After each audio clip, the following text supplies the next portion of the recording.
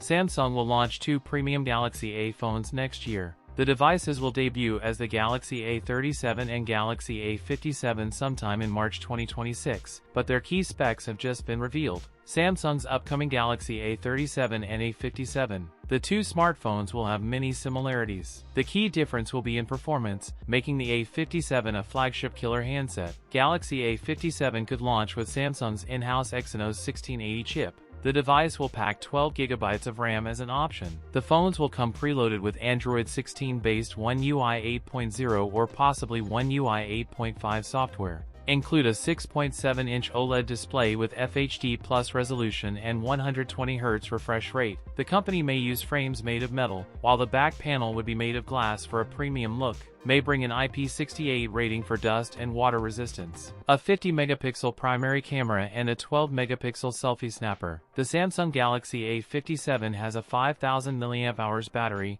It supports 45W fast wired. That's it for today's video. If you enjoyed it, don't forget to like, comment, and subscribe for more content. Thanks for watching, and I'll see you in the next one.